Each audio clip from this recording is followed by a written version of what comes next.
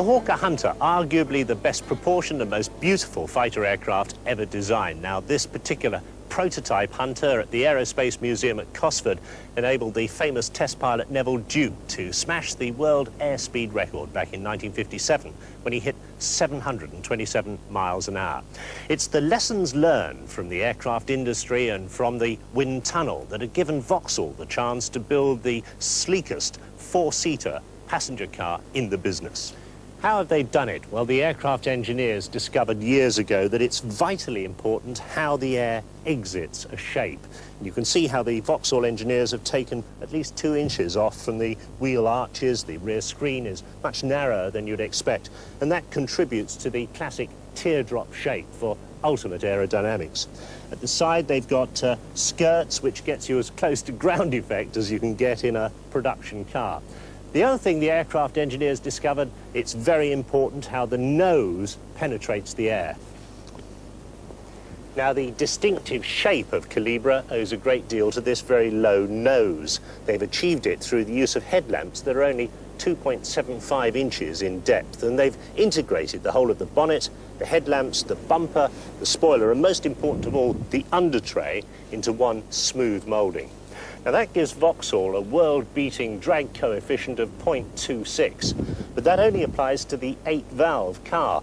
Most Calibras will be the more powerful 16-valve version. There they need a lot more cooling air, and they've opened up this grille, and that pulls the drag coefficient up to 0.29, about the same as a normal Cavalier. It's an example of the sort of artistic license that gets the marketing men a bad name and for which car manufacturers are notorious. Ford, of course, pioneered the market for coupes in Europe with the appearance of the Capri back in 1969. It was loosely based on Ford's highly successful American Mustang, and it was promoted as the car you've always promised yourself. The Capri was never that successful in rallying. Ford preferred to use the Escort or the Sierra, but GM had a different approach. Their Manta coupe enjoyed great success on the world rally scene until it was eclipsed by the four-wheel drive opposition. By 1987, both the Manta and the Capri were long in the tooth, and Ford were worried about the size of the coupe market, so they scrapped the Capri, while in the same year, GM gave the go-ahead for their Manta replacement, the Calibra. And if the demand so far is any indication of the future, GM were right and Ford was wrong. Vauxhall reckon on selling 5,000 Calibras by the end of the year, and that's more than the current best-selling coupe, Toyota's Celica, can manage in a full 12 months. So, if the product is right, the market is there, and Vauxhall have no intention of diluting the image of Calibra with cheap, low-powered versions, as Ford did with the Capri. But are the Calibras good looks backed up by good handling? Well, on the track, I found high-speed cornering didn't give the sort of confidence I expected. But on the public road, it's different.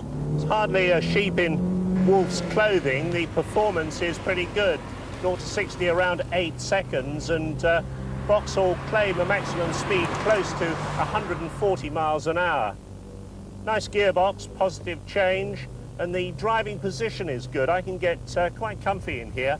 The seat's adjustable for height and rake, although we did manage to snap off the knob that adjusts the backrest. Ride and handling is very much as you'd expect for a car based on the Cavalier floor pan. It's a determined understeerer, and at high speed it's not quite as precise as you might wish.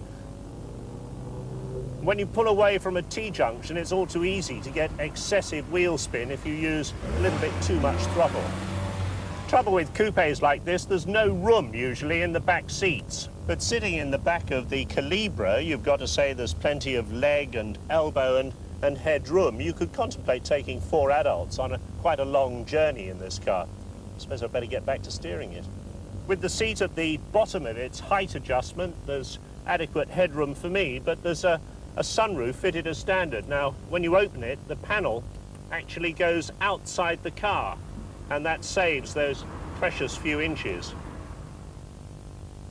The one serious shortcoming is ventilation. Like many streamlined cars, there's no through flow of air. and the only way to get that is to have the fan on full almost all the time.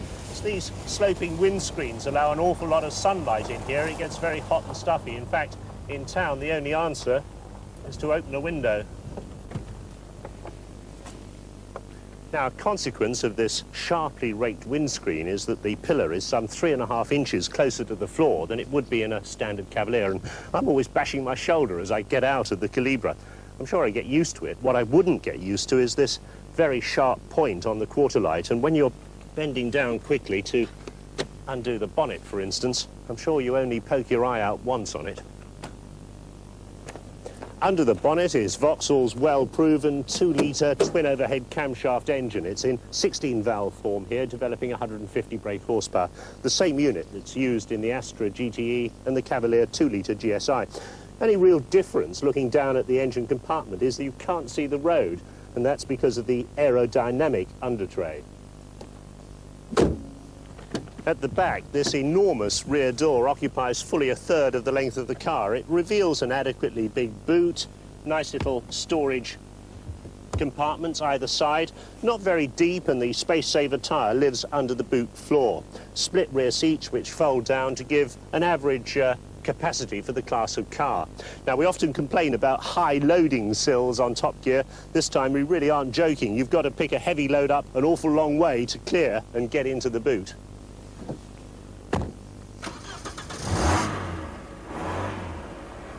So, overall, the Calibra is a fascinating marketing exercise. It's a very well-specified car. I'm absolutely delighted to see anti-lock brakes as standard right across the range. If you're looking for the ultimate in handling, well, it might be better to wait for the four-wheel drive version that comes out later on this year. But Calibra is all about style. Now, the interior may look very much like a standard Cavalier, but the outside shape is absolutely stunning. It's going to do wonders for Vauxhall's image. So, in summary, the Vauxhall Calibra 16 valve scores well for its very stylish shape, the low drag body which gives good fuel economy, and it's a genuine four-seater. On the debit side, the handling at the limit is a little unpredictable. There's a lot of road noise from the big tyres, and that high boot sill is distinctly awkward.